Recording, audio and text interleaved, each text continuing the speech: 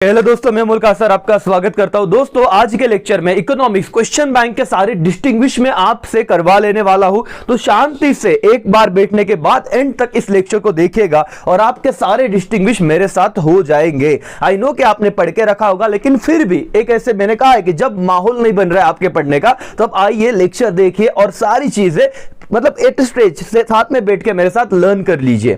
समझ रहा है? Yes sir. दूसरी बात, सर एग्जाम होनार की नहीं होनार, दोस्तों मेरा ये मतलब बोलते ना कि एक गट फीलिंग बोल रहा है कि शायद एग्जाम पोस्टपोन हो, बिकॉज जो सर्कमस्टेंसेस हम देख रहे हैं, जो माहौल बना हुआ है, बस उन्होंने डिसीजन जल्द से जल्द दे देना चाहिए। जो आपके मन में जो आपको लग रहा है वो सेम मेरा भी वही फीलिंग है, बट क्योंकि आप एक बार रिलैक्स होकर पढ़ना चालू करोगे, पढ़ना तो है ही, बट एक बार रिलैक्स होकर पढ़ोगे तो फिर अलग एक मजा आएगा पढ़ने का। वैसे 10 दिन 8 दिन अब काउंटडाउन शुरू हो गया तो आप पे डेफिनेटली प्रेशर रहेगा, बट डोंट वरी, उनका एक फाइनल डिसीजन आने दो। 90% से ज्यादा चांस लग रहे कि पोस्टपोन ही हो, लेकिन पढ़ाई छोड़ मत दो। जब तक फाइनल कॉल नहीं आता तब तक हमें टिके रहना है, राइट। जो मैंने कल का एक लेक्चर बनाया था वहां पे लास्ट में ये बात, वो एक्चुअली लास्ट के 10-20 सेकेंड रह गए थे अपलोड होने, तो इसीलिए आपको मैसेज नहीं दे पाया, बट ठीक है, समझिए आपको, तो वो टेंशन नहीं लेना है। अब किस पे फोकस करें सर? डिस्टिंग्विश पे।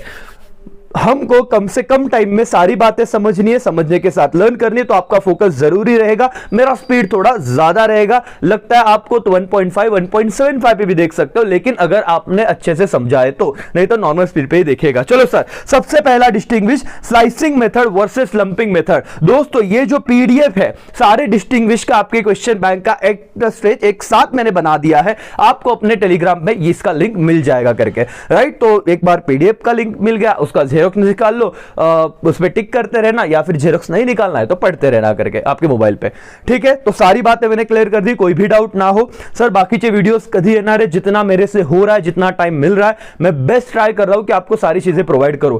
जैसे जैसे टाइम आएगा मैं सारी चीजें आपको दे दूंगा। चलो एवरीवन, आप अब पूरा फोकस यहां पे होगा, आपका बाकी के थॉट दिमाग से बाहर, अब सिर्फ और सिर्फ ध्यान होगा इसी बात पे। क्या सर? डिस्टिंग्विश पे। क्या आप रेडी हो? Yes sir? No? Yes sir.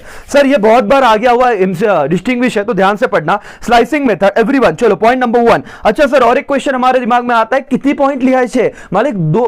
अभी देखो यार, 2 मार्क्स के लिए आप कितने पॉइंट लिख सकते हो सर? 4 5 6 7 8, जहां पे अभी मैं जितना बता रहा हूं इतने पॉइंट भी लिख दिए तो भी चलेगा, लेकिन मिनिमम 2 पॉइंट तो रिक्वायर्ड है, बराबर। और अगर स्पेसिफिक टू द पॉइंट रहे तो मार्क्स आपको मिलेंगे। आई रिपीट, अगर वो एग्जैक्ट आपने एक्यूरेट 2 पॉइंट लिखे तो मार्क्स मिलेंगे ही, ज्यादा पॉइंट रहे तो वो भी लिख देंगे हम लोग। चलो sir, slicing method versus lumping method. When the aggregate is divided into small unit for the purpose of study of each unit in depth, it is called slicing method. Sir किसी बड़े पार्ट को, aggregate को हम क्या करते हैं? Divide करते हैं यूनिट्स में। क्यों सर? क्योंकि हमसे पूरा का पूरा पार्ट स्टडी नहीं होगा, हम उसे डिवाइड करेंगे और एक एक यूनिट को जब स्टडी करेंगे उसे कहेंगे स्लाइसिंग मेथड। समझ रहे ना? पहला पॉइंट तो एकदम लॉजिक था, बड़े पार्ट को स्लाइस टुकड़ों में डिवाइड कर दिया। Lumping method, when the economy is not split up into small slices, जब इकोनॉमी को हम टुकड़ों में नहीं बांट सकते, but it is studies in big lumps as it is called as lumping method, लेकिन हम एग्रीगेट उसको स्टडी करते हैं। तो बट ऑब्वियस ये स्लाइसिंग माइक्रो वाला है और लंपिंग मैक्रो वाला है, लेकिन पहला पॉइंट आप देख लो, जब आप एग्रीगेट्स को डिवाइड करते हो into what small units, that is slicing method, लेकिन एज अ होल स्टडी करते हो तो लंपिंग मेथड। पहला पॉइंट झाला sir, yes, 1 marks. Micro economics use slicing method and macro economics use lumping method. दूसरा पॉइंट हो गया, मिनिमम का क्राइटेरिया खत्म सर। ओके, और कोई पॉइंट है? यस मालिक। तीसरा, अगेन माइक्रो वाले डिस्टिंग्विश आप देख लोगे तो स्लाइसिंग मेथड का it's worms eye view of the economy, and आप लोग लंपिंग मेथड का देखोगे it's birds eye view of the economy. समझ में आएगा? एकदम माइन्यूट, स्मॉल से स्मॉल, माइक्रो एकदम डिटेल में जाता ना, वर्म्स आई व्यू मतलब क्या? स्लाइसिंग में लिख सकते हैं आप, और यहां पे क्या? बर्ड्स आई व्यू लिख सकते हैं। ओके, slicing method study in depth individual units like household, firms, consumer, producer, individual wages, prices, income. ये तो सर माइक्रो के पहले चैप्टर में पढ़ा लग रहा है। क्या स्लाइसिंग मेथड में लिखा तो चलेगा क्या 1 पॉइंट? हाँ सर चलेगा, आप 4 पॉइंट तो पढ़ के जाओ, जितना याद आएगा 2 से ज्यादा तो याद आ ही जाएगा वहां पे। तो सर यहाँ पे इंडिविजुअल, फर्म, ओनर, प्रोड्यूसर की बात होती है, और एग्रीगेट यहाँ पे लंपिंग मेथड में study aggregate such as total employment, national income, national output, investment. तो जो 6 से आगे वाले चैप्टर है ना, वो सारे वर्ड, नेशनल इनकम चैप्टर का नाम लिख दो, बराबर, टोटल इन्वेस्टमेंट वहां पर लिख दो, टोटल सेविंग्स लिख दो, टोटल इनकम लिख दो, टोटल ऐड कर देना, आपका वो वाला पॉइंट बन जाएगा। मालिक क्या 4 पॉइंट खत्म किया डिस्टिंग्विश के, एवरीबॉडी यस। देखो सर मैंने एसपी के भी सारे डिस्टिंग्विश दे दिया आपको, वो अगर कर लिया तो आपको अलग से कॉन्फिडेंस आ चुका है। ओसीएम के भी डिस्टिंग्विश का लेक्चर आप तक पहुंच चुका है और डिस्टिंग्विश में आपके साइमल्टेनियसली कांसेप्ट भी क्लियर होती है। पहला पॉइंट स्लाइसिंग और इसका खत्म। दूसरा पॉइंट जो बच्चों को डर लग रहा है सर, पहला done, partial equilibrium and general equilibrium. इसमें डाउट आता है मालिक क्या कुछ भी नहीं लिख पाएंगे क्या? डेफिनेटली सर बहुत सारी चीजें लिखेंगे, ध्यान दो पहले तो क्या है समझते हैं। What do you mean by partial equilibrium? ये पहले चैप्टर का है, बहुत बार बच्चे इसको इग्नोर करते हैं, लेकिन मत करो, एक बार सिर्फ सुन लो मेरे लेक्चर को, आप कुछ ना कुछ तो लिख पाओगे। और लगता है मेरे साथ लर्न करना है तो एक मेरा देखो स्लाइसिंग और लंपिंग हो गया, वीडियो पॉज करो एक बार वापस देख लो, समझ रहा है क्या? पीडीएफ तो मैंने प्रोवाइड कर दिया है। हाँ सर समझा, फिर आ गया दूसरे पॉइंट पे, ध्यान दो। चलो, partial equilibrium means an equilibrium derived by considering the effect of only 2 variable at a time, all other variable consider to be constant. Okay sir, partial मतलब वो सिर्फ 2 वेरिएबल की बात कर रहे हैं, बाकी जो भी वेरिएबल हो गए वो कांस्टेंट हो गए। ओके मालिक, इतना तो समझा। आगे जनरल इक्विलिब्रियम क्या रहता है? General equilibrium means an equilibrium which is derived by considering the effect of many variable at a time. तो सर जो भी अलग अलग इकोनॉमिक्स में वेरिएबल्स है, तो पार्शियल इक्विलिब्रियम में एट अ टाइम कितने वेरिएबल को स्टडी किया जाता है? Only 2 variables, other variable constant, इतना याद रहेगा। ओके, और यहां पे जनरल इक्विलिब्रियम में जितने भी वेरिएबल्स इकोनॉमिक को अफेक्ट करते हैं उन सबको कंसीडर किया जाता है। सर पहला पॉइंट बड़ा था, चलो दूसरे पॉइंट पे जाते हैं। पार्शियल इक्विलिब्रियम इट नेग्लेक्ट, क्या करता है सर? नेग्लेक्ट करता है interdependent between variable, whereas यहां पे जनरल इक्विलिब्रियम में यहां पे ये टेक्स इनटू अकाउंट, मतलब कंसीडर क्या करता है? Interdependence between the variable. तो सर जो 2 वेरिएबल एक दूसरे पे अगर इंटरडिपेंडेंट है तो कौन सा वेरिएबल, कौन सा इक्विलिब्रियम उसे नेग्लेक्ट करता है? बोलो यस, ऐसे ही लर्न होगा सर। पार्शियल इक्विलिब्रियम इसको नेग्लेक्ट करता है और जनरल इक्विलिब्रियम इंटरडिपेंडेंस को क्या करता है सर? कंसीडरेशन में लेता है। मालिक दूसरा पॉइंट मेरे साथ होना चाहिए, छोड़ो मत, बहुत इंपॉर्टेंट है। देखो दूसरे चैप्टर से कंसेप्चुअल बताना चालू करोगे, यहां पे टू द पॉइंट बात करते हैं। यस मालिक, सेकंड पॉइंट, इंटरडिपेंडेंस कौन नेग्लेक्ट करेगा? Partial equilibrium. कौन कंसीडरेशन में लेगा? General equilibrium. Then microeconomics analysis is based on the partial equilibrium. Yes sir, but obvious सी बात है, जब माइक्रो और मैक्रो का भी डिफरेंस लिखते हैं तो भी ये पॉइंट वहां पे लिखते हैं, अगर आपको याद आ रहा होगा तो। माइक्रो में पार्शियल इक्विलिब्रियम आता है एनालिसिस और मैक्रो में जनरल इक्विलिब्रियम आता है, तो वैसे वहां यहां पे वो पॉइंट लिख दो कि माइक्रो इकोनॉमिक्स क्या किसे कंसीडर करता है, किस पे बेस है माइक्रो इकोनॉमिक का एनालिसिस? पार्शियल इक्विलिब्रियम पे, और मैक्रो इकोनॉमिक्स का एनालिसिस जनरल इक्विलिब्रियम के बेस से करके। चौथा point, study the equilibrium position of the consumer, firm, industry and market. वही चीज अगेन रिपीट हो रही है, इंडिविजुअल की बात करता है। And general equilibrium study the position of economy as a whole. कितना सिंपल है मालिक, ये 2 पॉइंट तो आपके मेरे साथ लर्न हो ही जाने चाहिए, कोई दिक्कत नहीं आनी चाहिए करके। समझ रहा है क्या?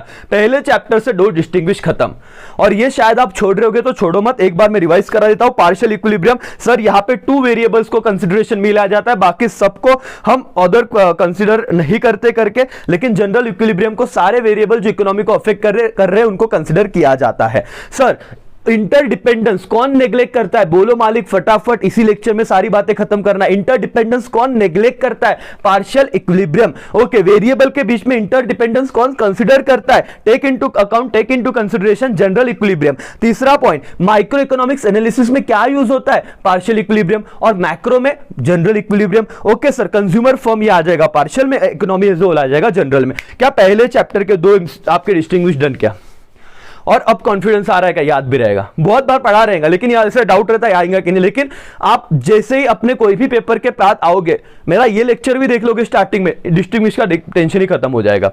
समझ में आ रहा है? Yes sir.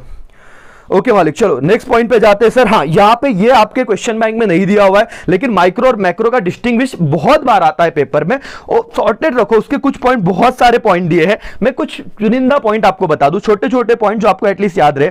Micro economics study of micro variable, whereas macro economics is study of macro variable.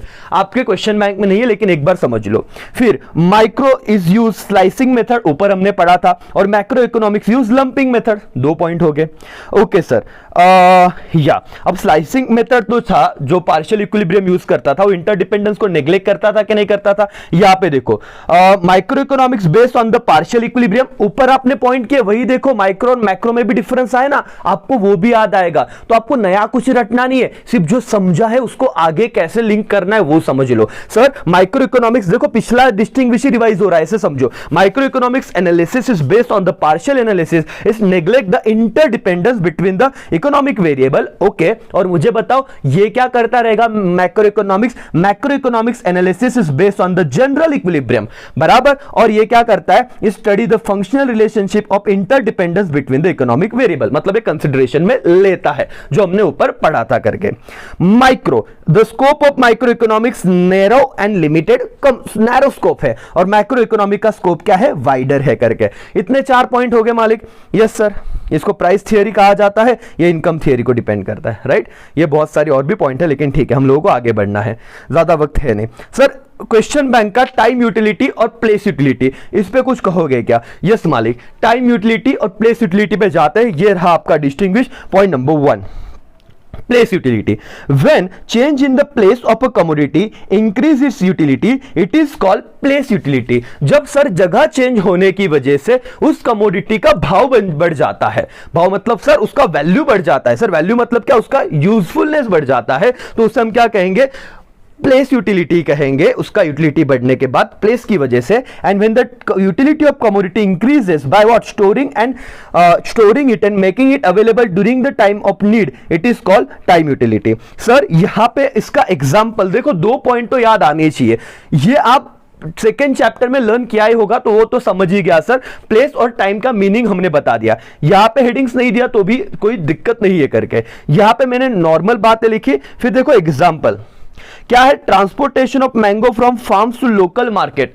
Farms to local market, sir farm में एक फार्मर मैंगोज, बहुत सारा मैंगोज के ट्री है, वहां पे मैंगोज आ रहे हैं, बट वो फार्मर अकेला खाएंगे क्या? वहां पे वो मैंगो झाड़ पे रहेंगे, झाड़ पे रहते रहते खराब हो जाएंगे, गिर जाएंगे, उनका कोई यूटिलिटी है नहीं वहां पे, क्योंकि सर कोई वैल्यू, मतलब सर क्या करे, इंसान अकेला खा खा के कितना खाए। लेकिन वही जब मैंगोज को प्रॉपर पैकिंग करके ट्रांसपोर्ट मतलब मेन लोकल मार्केट में लाया जाता है, सर क्या? When the changes in the place, farm से कहां पे गया? Commodity increase the utility, it is called place utility. Market में गया और वहां पे क्या हुआ? डिमांड बढ़ गया।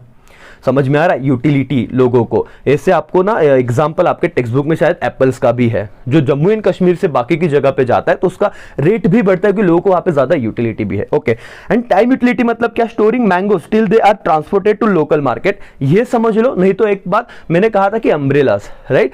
अब मैंने जब रेनी सीजन है तब तो मैंने क्या किया, वो बेचूंगा, लेकिन सीजन ऑफ होने के बाद मैं क्या करके रखूंगा? स्टोर करके रखूंगा, और जब वापस सीजन आएगा तो मैं उसका यूज करूंगा। तो टाइम यूटिलिटी सर। ओके, दूसरा place utility, create transportation is created by transportation the goods from one place to one place of production to place of consumption. ये इंपॉर्टेंट है, मेरे साथ लर्न करो मालिक। प्लेस यूटिलिटी क्रिएटेड कैसे create होती है? ट्रांसपोर्टेशन बाय, बोलो मेरे साथ क्या है? By transportation the goods from place of production to the place of consumption. Everybody sir और मैडम, ये सिर्फ मैं बताने के लिए लेक्चर नहीं रिकॉर्ड कर रहा हूं, मेरे साथ आपको लर्न करना है। सर कॉन्फिडेंस आना चाहिए। इसके बाद किसी ने पूछा अरे तुझा टाइम आणि प्लेस यूटिलिटी झाले का, ऐसे नहीं बोलने का, अरे डाउट आना ही चाहिए सर, ध्यान दो। चलो, प्लेस यूटिलिटी क्रिएटेड बाय कैसे? ट्रांसपोर्टेशन से। गुड्स कहां से कहां लेके जाते? प्रोडक्शन से कंजम्पशन तक, प्रोडक्शन प्लेस से लेके कंजम्पशन प्लेस तक, फार्म हाउस से लोकल मार्केट तक। ओके, वैसे time utility created by storing the goods from the time of production to the time of consumption. मैंने प्रोड्यूस किया, वो क्या किया? एक स्टोरेज वेयर हाउस में रखा, बराबर सर, वेयर हाउस में रखा, और जब सेल करना है तब मैं बाहर लेके गया, तो क्या हो गया? एक पर्टिकुलर जगह पे स्टोर किया, प्रोडक्शन से लेके सेल करने तक। ओके मालिक, then transport service are created, place utility, warehousing service created, time utility. 2 marks आपके डन। रिवाइज करें क्या फटाफट एवरीवन? कॉन्फिडेंस आ जाएगा बहुत अलग से। चलो ध्यान दो। Place utility sir, when a change in the place of a commodity increases utility, place of a commodity increases utility, it is called place utility. Time utility, when the utility of commodity increases by storing it and making available during the time of need. Store कर देते, जब need है तभी available होता है, उसे कहते हैं टाइम यूटिलिटी। सर पहला पॉइंट बड़ा था, दूसरा कितना सिंपल था, प्लेस यूटिलिटी कैसे क्रिएट करेंगे, ट्रांसपोर्टेशन से, from the place of production to place of consumption. और टाइम यूटिलिटी कैसे क्रिएट करेंगे, यानी स्टोर करके, प्रोडक्शन हुआ उसके बाद स्टोर किया, जब जरूरत हुई तब मैं लेके गया। Okay, transportation service create place utility and warehousing create time utility. उस पर एक एमसीक्यूज भी पूछा था टेलीग्राम में, transportation create place and warehousing create time. And last one example दे देंगे। आप बोलोगे सर अमित वासलोतन एवढं का डिटेल मध्ये एक्सप्लेन करता है, करना पड़ेगा मालिक, क्योंकि आपने पढ़ने के बाद भी मुझे नहीं लगता कि वो कॉन्फिडेंस आ रहा था, और जिन बच्चों ने नहीं पढ़ा होगा उनको एक लेक्चर में ही कॉन्फिडेंस आना चाहिए करके। यस सर, नेक्स्ट पॉइंट क्या है sir, total utility and marginal utility. बोलो क्या, टीयू एंड एमयू। यहां पे वापस बच्चे गनगन करते, क्या पता क्या होता, सुनो ध्यान दो सर, यहां पे 5 6 7 एवढे पॉइंट दिलेले आहे सब। तुम अगर टीयू और एमयू का रिलेशन वाला देखो, कितनी बार एक क्वेश्चन का कंसेप्ट आपको कहां पे काम में आएगा बता नहीं सकते। समझ में आ रहा है क्या सर? ये पहले 2 पॉइंट आम्हाला लक्षात राहतील की तुमको आगे का पॉइंट लिख के मैं 3 से लेके 6 वाले पॉइंट बताता हूं, कितने सिंपल है करके। देखो इनिशियल लेवल पे टीयू और एमयू क्या होता, सेम होता, बराबर ना, लेकिन उसके बाद टीयू क्या होता, बढ़ता है, तो सेम वाला पॉइंट तो डिफरेंस में नहीं आएगा। लेकिन नेक्स्ट पॉइंट टीयू क्या होता है, सर क्या बोल रहे हो आप, ये देखो राजा, ये आपको चार्ट याद आ रहा है क्या, दोनों टीयू और एमयू स्टार्टिंग पॉइंट में सेम रहते, फिर टीयू बढ़ते जाता है, एमयू डिक्लाइन होते जाता है। पॉइंट नंबर 3 पढ़ो, TU initially increase at diminishing rate, total utility increase होता है डिमिनिशिंग रेट से, और marginal rate goes on diminishing continuously. Sir TU बढ़ेगा, एमयू कम हो गया, पॉइंट नंबर 1 डिफरेंस का।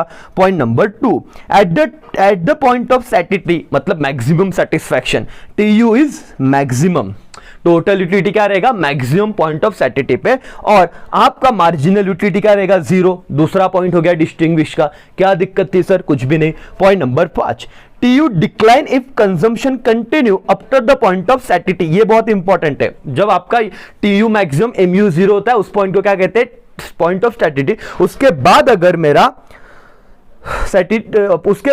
अगर टीयू डिक्लाइन हुआ, डाउनवर्ड गया, तो MU becomes negative if the consumption continue after the point of satisfaction. समझ रहा है क्या? यस सर, यस सर, ये वाला पॉइंट भी हो गया। TU always positive, yes, total utility आप देखो ऊपर जाएगा, डिक्लाइन होगा, लेकिन कभी भी नेगेटिव नहीं होगा। लेकिन MU can be positive, negative और 0 भी हो सकता है, जब वो लाइन को क्या हो जाता है, टच हो जाता है। सर 4 पॉइंट समझ गए? आप स्टार्टिंग करते थे और स्टार्टिंग से 2 पॉइंट बैठ के आपको लगता था ये होना रस नहीं, लेकिन 4 पॉइंट तो हुए कि नहीं? सर लास्ट वाला पॉइंट बताओ, TU is always positive, true और फॉल्स, सॉरी ट्रू, और ये आपका एमयू कैन भी पॉजिटिव, कैन भी नेगेटिव, और क्या 0। यहां पे आप डिस्टिंग्विश लग सकते हो, दूसरा फॉर्मूला का पॉइंट था, TU is equal to MU1 plus MU2 plus MU3 plus and so on, और MU TU n minus MU bracket में n-1, इतना आप लिख सकते हो। ये चीज ऑलरेडी मैंने टीयू और एमयू के इसमें बता दी है। तो मालिक आपके 2 मार्क्स के लिए 5 पॉइंट तो भी हो गए, यस और नो। यहां पे आप ये पढ़ लो, total utility refers to the aggregate of utility derived by consumer from all unit of commodity consume. ठीक है सर, और ये क्या रहेगा, additional utility derived by the consumer on consumption of additional unit. That's it sir. क्या आपका TU और MU का डिस्टिंग्विश डन क्या? Yes sir. क्या टीयू और एमयू का डिस्टिंग्विश डन क्या, हाँ या ना बोलो, yes or no? Yes sir, done. एकदम सिंपल था, सिर्फ मैंने जो बड़ा क्वेश्चन किया था रिलेशन का, वो यहाँ पे लिंक करा के दिया है, बाकी कुछ नहीं सर। ऐसे आपको सिर्फ लिंक करना है, आपको पढ़ाई का कभी जिंदगी में टेंशन नहीं आएगा। आप बोले यार खूब सोपं होतं अभ्यास। यस सर, चलो नेक्स्ट क्या है sir, direct demand versus indirect demand. फटाफट आते हैं। The direct demand for a commodity which directly satisfy want of the consumer is called direct demand. कितना सिंपल था सर, क्वेश्चन में ही आंसर था। जो कमोडिटी कंज्यूमर के डिमांड को, कंज्यूमर के वांट को डायरेक्टली सैटिस्फाई करता है, उसे डायरेक्ट डिमांड कहते हैं। और इनडायरेक्ट डिमांड मतलब क्या, the commodity for goods which are indeed और in order to produce finish good is called indirect demand. Okay, बताता हूं एग्जांपल के तौर पे, आगे जाते हैं। ऑल फिनिश गुड्स और consumer goods have direct demand, whereas all factors of production have indirect demand. सारे सर फिनिश गुड्स का क्या होता है, डायरेक्ट डिमांड होता है, फैक्टर्स ऑफ प्रोडक्शन का इनडायरेक्ट डिमांड होता है। कैसे, एग्जांपल लिखो, direct demand for food, cloth, houses, मैंने टी शर्ट लिया, पहन लिया, डायरेक्ट डिमांड है। लेकिन हमारी demand for land, labour, capital, entrepreneur, ये जो मैं स्टूडियो में रिकॉर्ड कर रहा हूं, अब मेरे रिकॉर्डिंग के वक्त मेरे को मेरा कैमरा रहेगा, मेरा सब सॉफ्टवेयर रहेंगे, ये सारी चीजें जरूरी है। लेकिन इसके बीच में जो लैंड है, मतलब जिस स्टूडियो में मैं रिकॉर्ड कर रहा हूं, ये सारी बातें तो इनडायरेक्टली आई कि नहीं, that is my indirect demand. Demand for land, labour, capital, जो मेरा स्टाफ रहेगा इनडायरेक्टली वो हेल्प कर रहे हैं कि नहीं,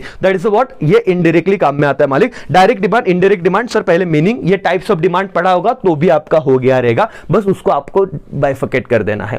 डिस्टिंग्विश के तौर पे। समझ रहा है क्या दोस्तों? सिंपल लग रहा है कि नहीं? बट सिर्फ आपको क्या करना है, सुनना है, समझना है, लर्न करना है, that's it. Okay, direct demand, indirect demand, पहला पॉइंट बताओ, चलो मेरे साथ करो। The demand for a commodity which directly satisfy want of what consumer is called direct demand. Learn क्या?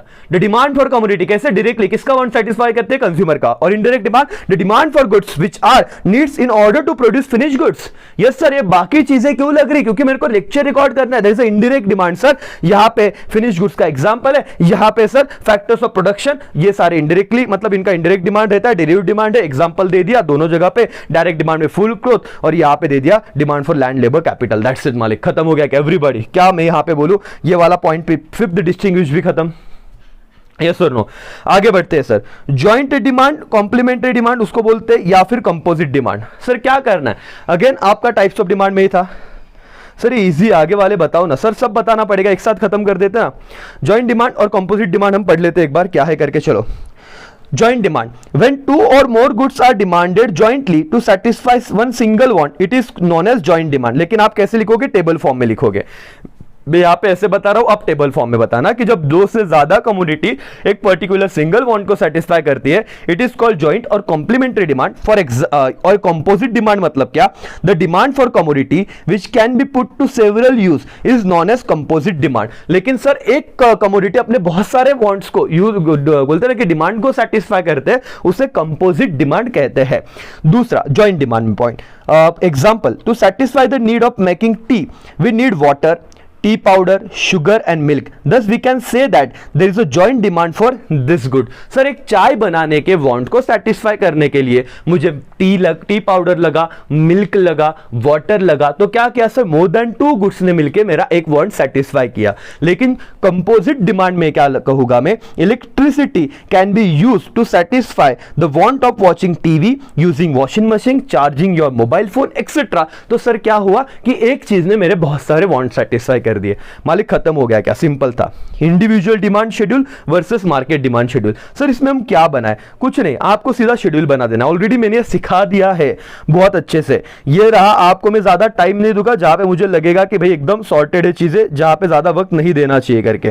पे अटेंशन, क्या है individual demand schedule? The demand of, अरे यार एक minute, okay just a minute, तब तक आप बाकी की चीजें रिवाइज करो फटाफट। इंडिविजुअल डिमांड शेड्यूल और मार्केट डिमांड शेड्यूल। सर इतना तो समझता है कि यहाँ पे individual demand is the quantity of a commodity demanded by individual, that is single consumer at a given price, और market demand is a demand is the क्या demand, total demand for a commodity by consumer at a given price during a period of time. Yes sir, तो क्या होगा? Individual बंदा जब demand कर रहा है, इंडिविजुअल डिमांड है, अगर मोर देन बोलते हैं ना कि पूरा मार्केट डिमांड कर रहा है सारे कंज्यूमर, तो उसको क्या कहेंगे? मार्केट डिमांड कहेंगे। मैंने बहुत अच्छे से ये चीज को पढ़ाया था, आपके टेक्स्ट बुक में जाइए, आपको समझना होगा तो आपको वो टेबल देख के सारी बातें आराम से समझ जाएगी। Yes sir, individual demand can be represented by individual demand schedule in the individual demand curve। कितना फालतू है, मतलब कुछ लॉजिक ही नहीं बनता। मतलब एक बार सिर्फ आपको पढ़ना था, नहीं पढ़ के गए तो 2 मार्क्स गए। क्या रिप्रेजेंट करता है भाई? Individual demand schedule and individual demand curve से रिप्रेजेंट होता है। और क्या आता है? Market demand can B represent by market demand schedule and market demand curve. क्या लॉजिक था? बोले लर्न नहीं होता सर। मतलब कितना सिंपल है, याद रखने का मतलब टेंशन लो ही मत। और इस क्वेश्चन बैंक में से तो आने क्योंकि इतने सारे देके रखे उन्होंने। समझ रहा है क्या सबको? Yes or no? Individual demand can be represented by individual demand schedule and individual demand curve, whereas market demand क्या? Market demand schedule and market demand curve. Individual demand is always less than market demand, but obvious है एक बंदे की demand लोगों बहुत group of peoples ही तो कम ही रहेंगी, whereas market demand is always more than individual demand. देखो 3-3, 4-4 पॉइंट बन रहे मालिक। Individual demand is always less than market demand, whereas market demand is always what? More than individual demand. क्या 2 point learn हुए क्या? तीनों के तीनों पॉइंट लर्न होने चाहिए वैसे तो। चौथा point, for producer individual demand is less important for the purpose of analysis and a producer analysis market demand before taking any production related goods decision. मालिक सिंपल फॉर्म रखते हैं। प्रोड्यूसर के लिए डिसीजन मेकिंग में किसका role ज्यादा होता है? ज्यादा किसका रोल होता है? ये का है। तो इंडिविजुअल के कंपेरिजन में मार्केट डिमांड का उसको स्टैटिस्टिक्स ज्यादा यूजफुल रहेगा कि मार्केट क्या चाहता है। तो लेस इंपॉर्टेंट है इंडिविजुअल और एनालिसिस, और मोर इंपॉर्टेंट है मार्केट एनालिसिस। खत्म हो गया सर, इसको मैं रिवाइज नहीं करा रहा हूं, मतलब बट ऑब्वियस एक बार बता दिया। चलो 3 पॉइंट तो कर लेते हैं। Individual demand can be represented, बोलो बराबर। इंडिविजुअल डिमांड का individual demand schedule, market demand का market demand schedule. Individual demand is always less than market demand is always more than individual demand. Producer के लिए क्या इंपॉर्टेंट है, market demand, और क्या लेस इंपॉर्टेंट है, इंडिविजुअल, और उल्टा वहां पे लिखो मार्केट डिमांड ज्यादा इंपॉर्टेंट है करके। ओके मालिक, चलो क्या हो गया, इंडिविजुअल डिमांड और मार्केट डिमांड भी हो गया। फिर नेक्स्ट क्या है, demand curve and supply curve. Sir क्या बताओ, इतना सिंपल पूछा उन्होंने, तो जिसके कंसेप्ट क्लियर है ना उसको कभी टाइम नहीं लगेगा यहाँ पे। चलो फटाफट आगे जाते हैं।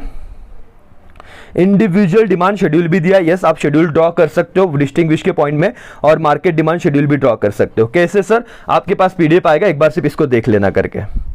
ये मार्केट डिमांड शेड्यूल यहाँ पे दिया है, देखो मैंने तो कहा था कि नंबर भी कैसे लर्न करने, 10, 8 ये 2 से कम करते जाना है। ये पूरा मैंने प्रॉपर आपको, मतलब कुछ भी चीज ऐसे नहीं कि आपको एग्जाम में वहां पे याद ना है या फिर आपको वहां पे मेहनत करनी पड़े, सब मैंने आपको बताया था। अगर ठीक है थोड़ा 1 मिनट ज्यादा लगेगा, ये मार्केट डिमांड शेड्यूल आपको बता देता हूं। ये तो पता है कि प्राइस का यहाँ पे क्या रखा है आपने, डिक्रीज हो रहा है, मतलब कम हो रहा है प्राइस, राइट। लेकिन सर एग्जाम में लॉजिक लेके क्या करोगे, मतलब लॉजिक तो चाहिए बट ये फिगर थोड़ी ना अपने मन से लिखोगे, पहले समझ के जाने का। प्राइस 2 से कम करेंगे, 10, 8 बोलो, 6, 4, 2 खत्म। मार्केट डिमांड शेड्यूल बनाते वक्त मैंने ये अपने ये इधर भी बताया था, किधर शायद अपने टेबल वाले लेक्चर में। अब स्टार्टिंग करो 5 से, ये आपके टेक्स्ट बुक में भी ऐसा ही है। सर प्राइस कम होगा तो डिमांड बढ़ेगा, हाँ 5, 10, 15, 20, 25 पहला टेबल हो जाएगा, कॉलम हो जाएगा, पहला कॉलम हो गया, यस सर। बस दूसरे कॉलम में स्टार्टिंग में 5 बढ़ाना है, 10, और नीचे भी 5 बढ़ा देना, 15, दैट्स इट। और कौन सा समेशन होता है, हॉरिजॉन्टल समेशन होता है।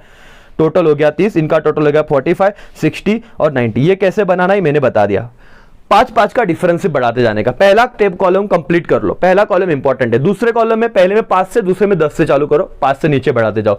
तीसरे में 10 हुआ, दूसरे में 10 हुआ, तीसरे में 15 से चालू करो, 5 से बढ़ा दो, खत्म। और हॉरिजॉन्टल समेशन कर लेना, आपका टोटल मार्केट जो डिमांड है वो आ जाएगा। किसको कितना समझा आई डोंट नो, बट ये लॉजिक मैंने मेन लेक्चर में बताया था बहुत अच्छे से। ओके मालिक, चलो क्या क्वेश्चन था, demand curve versus supply curve. Sir पहले तो उसमें डिमांड शेड्यूल निकाल देना। क्या करोगे, डिमांड शेड्यूल कैसे निकालते हैं सर, पहले डिस्टिंग्विश में एक तरफ लिखना price of commodity, quantity demanded. Price कम हो रहा है, डिमांड बढ़ेगा, देयर इज इनवर्स रिलेशनशिप आप बोल सकते हो करके, राइट। एंड फिर नेक्स्ट कॉलम में आप ये सब इतना एक्सप्लेनेशन लिखना नहीं, वो तो आपको समझे, वो कंसेप्ट आप पढ़ो इसलिए दिए जाए, क्योंकि पीडीएफ वन टाइम आपके सामने आ जाएगा। डिमांड कर्व के बारे में बात करते हैं। चलो 2-3 पॉइंट अगर मैं यहां पे बताऊं आपको क्या कहा है फटाफट, फिर आप पीडीएफ में से कर ही लोगे। ओके, सबसे पहला पॉइंट अगर आपको याद आ रहा होगा, कुछ पॉइंट अगर बताओगे डिमांड कर्व और सप्लाई कर्व में। डिमांड कर्व में पहले आप शेड्यूल निकाल दो, सप्लाई का भी शेड्यूल निकाल दो, बराबर। यहां पे रिलेशनशिप क्या रहेगा, प्राइस आपका अगर कम हो रहा है तो डिमांड बढ़ेगा, इनवर्स दिखाना है। और सप्लाई में प्राइस अगर आप कम दिखा रहे हो, जैसे कि 10, 5 सो ऑन, 3, 2, 1 जैसे भी आप दिखा रहे हो, और सप्लाई क्या होगा उसके साथ कम होगा, मतलब डायरेक्ट रिलेशनशिप है। प्राइस कम तो सप्लाई कम, प्राइस बढ़ा तो सप्लाई बढ़ेगा। इतना समझ रहा है, हाँ सर। दूसरा पॉइंट निकाल देना ग्राफ्स का, डिमांड क्या होगा, डाउनवर्ड जाएगा दिखने के लिए, और सप्लाई क्या होगा, अपवर्ड जाएगा। तीसरा पॉइंट दे देना लिख के कि इन डिमांड कर्व में वो क्या होता है, डाउनवर्ड स्लोप जाता है, और सप्लाई कर्व में अपवर्ड स्लोप जाता है। इतने 3 पॉइंट तो लिखते आएंगे कि नहीं। शेड्यूल निकालो, ग्राफ फटाफट ड्रॉ कर दो, एक्सप्लेनेशन मत देना इतना सारा, 2 मार्क्स के लिए किधर इतना टाइम है। और फिर ग्राफ भी एक बार ड्रॉ करना, वहां पे दिखाओ कि डाउनवर्ड जा रहा है क्या, डिमांड को, सप्लाई को अपवर्ड जा रहा है, और उसका एक्सप्लेनेशन दे दिया, दैट्स इट। वाई एक्सिस पे, एक्स एक्सिस पे जो बोलना है वो भी आप लिख सकते हो, तो बढ़ाने के लिए आप कितना भी बढ़ा सकते हो। इधर ज्यादा वक्त नहीं देना हमको, सॉर्टेड रखते हैं इस चीज को, यस सर। ठीक है, डिमांड कर्व का मैंने आपको ग्राफ दे दिया है, वाई एक्सिस पे क्या है, एक्स एक्सिस पे क्या है, वो आप लिख सकते हो। जैसे यहाँ पे प्राइस एंड क्वांटिटी डिमांड रहेगा, वहां पे प्राइस एंड क्वांटिटी सप्लाइड रहेगा, तो डिस्टिंग्विश आप बना सकते हो, इस पे ज्यादा लोड नहीं लेते हैं। आगे बढ़ते इंपॉर्टेंट डिस्टिंग्विश पे जाते हैं हम लोग, आगे इंपॉर्टेंट डिस्टिंग्विश पे जाते हैं, यस सर। आपको यहाँ पे सारी बातें दी है जस्ट आपके नॉलेज पर्पस के लिए, बाकी कुछ नहीं। सॉर्टेड 4 पॉइंट लिखने के, पहले शेड्यूल बना लो दोनों जगह के, एक शेड्यूल में डायरेक्ट रिलेशनशिप दिखेगा, दूसरे में इनडायरेक्ट दिखेगा। फिर कर्व बनाओ, एक कर्व डाउनवर्ड जाएगा, दूसरा अपवर्ड जाएगा। फिर आप बोल सकते हो कि curve Y axis X axis पे यहाँ पे क्या रहेगा, quantity demanded, price and quantity demand, वहां पे price and quantity supply, distinguish है ना, हाँ। यहाँ पे एक्स एक्सिस पे क्वांटिटी डिमांड है, वहां पे एक्स एक्सिस पे क्वांटिटी सप्लाइड रहेगा, यहाँ पे कर्व का फ्लो डाउनवर्ड है, वहां पे कर्व का स्लोप अपवर्ड रहेगा। दैट्स 4 पॉइंट हो गए। समझ गया क्या मालिक? हाँ समझ गया क्या मालिक? हाँ यस सर। ध्यान दो दोस्तों, next important is expansion of demand versus contraction of demand, then and next increase in demand versus decrease in demand, दोनों ही साथ में करेंगे। आपको लगता है तो आप अपने पेज पे पेज नंबर भी यहां पे देख के रखा है, देखो टेक्स्ट बुक के पेज नंबर 23 और 24 पे कंसेप्ट दिया हुआ है। Expansion of demand and contraction of demand पहले समझ लेते हैं, सबका ध्यान यहां पे चाहिए। सर और मैडम, जब सिर्फ प्राइस की वजह से, मेरे एक एक वर्ड को ध्यान से सुनना, जब सिर्फ प्राइस की वजह से मेरे डिमांड में चेंज होता है तो उसे एक्सपांशन मतलब इंक्रीज होता है तो उसे एक्सपांशन इन डिमांड कहते हैं, और सिर्फ प्राइस की वजह से डिमांड कम हुआ तो उसे क्या कहते हैं? कॉन्ट्रैक्शन इन डिमांड कहते हैं। समझ में आया क्या? अदर इसको बोलते हैं ना कि अदर देन प्राइस अगर कुछ चेंज हुआ तो इंक्रीज डिक्रीज वो आएगा करके। आप अपने टेक्स्ट बुक पे पेज नंबर 23 पे भी जाके फिगर्स को चेकआउट कर सकते हो करके, फिगर के लिए वो पेज रेफर करना, मैं यहाँ पे आपको नॉर्मल ड्रॉ करके बता दूंगा। एक्सपांशन का पहला point, expansion of demand refers to rise in the demand only due to fall in the price. Underline करना, ओनली ड्यू टू, सिर्फ और सिर्फ प्राइस की वजह से, सिर्फ और सिर्फ प्राइस की वजह से अगर आपके डिमांड में बदलाव आया, only due to fall in price. वो भी कैसे? फॉल इन प्राइस, ये भी इंपॉर्टेंट था। प्राइस कम हुआ तो आपका जो डिमांड बढ़ता है उसे एक्सपांशन कहते हैं। और कॉन्ट्रैक्शन ऑफ डिमांड मतलब क्या? Contraction of demand refers to fall in the demand, fall मतलब कम हुआ, only due to rise in the price. Only क्या? Only due to rise in the price. समझ रहा है क्या मालिक? एवरीबॉडी पहला पॉइंट डन क्या? सर एक्सपांशन कॉन्ट्रैक्शन बच्चा बोल्ड हो जाने का, ऐसे नहीं, only due to fall in price. सिर्फ प्राइस की वजह से अगर आपका डिमांड क्या हो रहा है सर? बढ़ रहा है तो एक्सपांशन, और सिर्फ प्राइस कम होने की वजह से, आपका प्राइस बढ़ने की वजह से डिमांड कम हो रहा है तो कॉन्ट्रैक्शन। पहला पॉइंट डन। Yes sir. दूसरा, expansion of demand takes place solely due to fall in price. Again repeat किया, सोलली सिर्फ एंड सिर्फ। Other factors affecting demand remain constant. Sir demand को कितने फैक्टर्स अफेक्ट करते हैं? डिटर्मिनेंट्स ऑफ डिमांड वाले आप अगर टेक्स्ट बुक पे आ गए होगे तो देखो मैं बोल रहा हूं, पहला पॉइंट आपको टेक्स्ट बुक पे दिखेगा क्या? प्राइस। दूसरा पॉइंट टेक्स्ट बुक का इस पेज पे ऊपर दिखेगा क्या? इनकम। फिर दिखेगा प्राइस ऑफ सब्स्टिट्यूट गुड्स, फिर दिखेगा price of complementary goods and so on, वो चेंज इन पॉपुलेशन वगैरह वगैरह। तो इतने सारे फैक्टर्स डिमांड को अफेक्ट करते हैं, लेकिन हम एक्सपांशन में क्या कह रहे हैं? सिर्फ प्राइस की वजह से चेंज हो रहा है, बाकी के सारे फैक्टर्स क्या रहेंगे? कांस्टेंट रहेंगे। वैसे ही कॉन्ट्रैक्शन में, contraction of demand takes place solely due to rise in the price. सिर्फ प्राइस बढ़ेगा तब, ऑल अदर फैक्टर्स क्या रहेंगे जो डिमांड को अफेक्ट करते हैं वो कांस्टेंट रहेंगे। तो एक्सपांशन कब? जब प्राइस फॉल होगा। कॉन्ट्रैक्शन कब? जब प्राइस बढ़ेगा। All other factor constant. क्या पहले दो पॉइंट समझे एक्सपांशन कॉन्ट्रैक्शन के?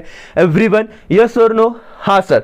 आगे के पॉइंट करना है, लास्ट दो पॉइंट। हाँ, expansion of demand shown by the downward movement of the same demand curve. क्योंकि आप पेज नंबर आपका 23 पे चले जाओ, वहां पे आपको इमेज दिखेगा टेक्स्ट बुक पे, वो ना एक ही curve, movement along the curve होता है। सुनो, change in demand versus variation in demand, ऐसे वो दो कंसेप्ट है।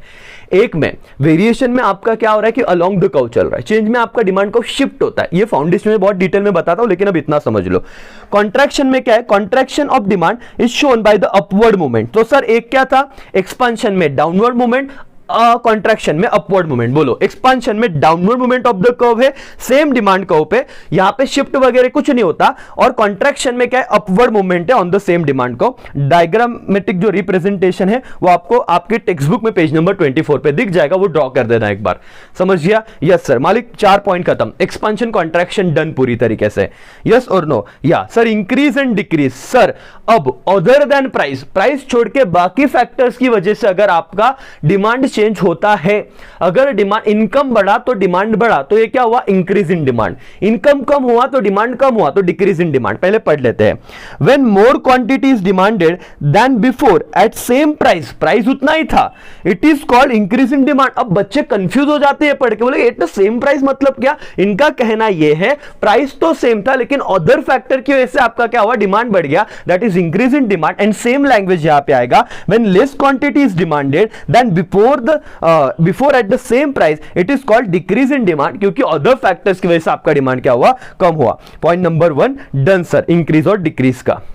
पॉइंट नंबर 2 की बात करें तो increase in demand takes place due to favourable change in factors other than price एकदम सिंपल है, फेवरेबल चेंज इन फैक्टर मतलब इनकम बढ़ा, फेवरेबल चेंज है कि नहीं, हाँ तो आपको फायदा हुआ, बराबर है। फेवरेबल चेंज इन factor other than price like fashion, income, taxation policy, इसमें अगर फेवरेबल चेंज हुआ तो आपका इनकम पे अच्छा मतलब आपका इनकम बढ़ेगा, आपके लिए बेनिफिट रहेगा, आपके लिए मतलब कंज्यूमर के लिए, और वो डिमांड ज्यादा करेंगे। लेकिन अदर देन प्राइस वैसे ही सर क्या due decrease in demand takes place due to unfavourable change in the factors like price, fashion, income वगैरह। तो मालिक इन दो पॉइंट में फर्क कौन से वर्ड का था, फेवरेबल वर्ड का था और अनफेवरेबल वर्ड का था। जब फेवरेबल चेंज इन होगा अदर देन प्राइस वाले फैक्टर में, जैसे इनकम, टैक्सेशन पॉलिसी, फैशन, तो क्या होगा, डिमांड इंक्रीज होगा। ये अगर ऑब्जेक्टिव में आया, ध्यान से दोस्तों, आई नो कि लास्ट मोमेंट पे लेक्चर देख रहे हो, अपने दोस्तों को लो भाई तो एकदम शिद्दत से वो देख लेक्चर, सारी कंसेप्ट क्लियर हो गया आपको। अगर 1 मार्क्स का ऑब्जेक्टिव भी आया, बताओ फेवरेबल चेंज इन क्या, आपका इनकम, टैक्सेशन पॉलिसी वगैरह वगैरह, तो क्या होगा answer, increase, decrease, expansion, contraction. तो other than price favourable change हुआ है सर, इनकम वगैरह बढ़ा है, तो क्या इंक्रीज। अनफेवरेबल चेंज है other than price, other factors में मतलब सब इनकम कम हो गया वगैरह, तो क्या डिक्रीज, दूसरा पॉइंट खत्म। यहां पे देखो एक्सपांशन कॉन्ट्रैक्शन में मूवमेंट अलोंग द कर्व था, यहां पे क्या होता है, कर्व शिफ्ट होता है इधर अपवर्ड और डाउनवर्ड, ये भी मैंने बताया था एमसीक्यूज में। an increase in demand indicate by shift of demand curve right side, okay आप वापस पेज नंबर 24 अगर टेक्स्ट बुक पे हो गई तो ये देख लो, and decrease in demand indicate to shift in demand curve left hand side. तो ऐसा आपका पेज पे कर्व दिया रहेगा, राइट हैंड साइड पे शिफ्ट हो जाता है डिमांड इंक्रीज में, और लेफ्ट हैंड साइड पे शिफ्ट हो जाता है डिक्रीज में। दैट्स इट, 4 पॉइंट खत्म हो गए मालिक। क्या आपको ये भी पॉइंट समझा क्या, increase in demand versus decrease in demand, everybody yes or no. दोस्तों यहां पे 10 डिस्टिंग्विश हमने कर दिए, अब लेक्चर बहुत भी बड़ा नहीं होना चाहिए, तो यहां पे हम रुकते। कितने टोटल डिस्टिंग्विश है, 20 के बाद सर बहुत है, बहुत आगे तक है 30, वाह वाह वाह। तो सर 10-10 के फॉर्म में हम कर लेंगे सब, समझ में आ रहा। तो तीनों पार्ट देखना, ऐसे पार्ट 1 देख के छोड़ मत देना, पार्ट 1 देखो, पार्ट 2 देखो, पार्ट 3 देखो, और पीडीएफ आपको तीनों पार्ट आने के बाद ही शायद मिले, नहीं तो बच्चे क्या करते हैं, सर नहीं वास्तुन और कंसेप्चुअल क्लैरिटी नहीं आती। लेक्चर देखने के बाद एटलीस्ट आपको समझता है कि कैसे करना है, और इकोनॉमिक्स से मालिक यहाँ पे समझोगे तो ज्यादा याद रहेगा। तो प्लीज ये भी ना कहे सर पार्ट 1 पीडीएफ में भेज दूंगा, भेजना तो मुझे है, आपको मिल ही जाएगा। सिर्फ ये लेक्चर सारे 3 आई थिंक 2 या 3 पार्ट में बनेंगे, क्योंकि एक लेक्चर 2 घंटे का हो गया, फिर आप साइकोलॉजिकली आपका भी मॉरल डाउन हो, तो एवढं मोठं लेक्चर कौन बघेल। लेकिन आराम से देखो, सारे लेक्चर खत्म करो, ठीक है। चलो thank you so much, bye, take care, जय हिंद, जय भारत।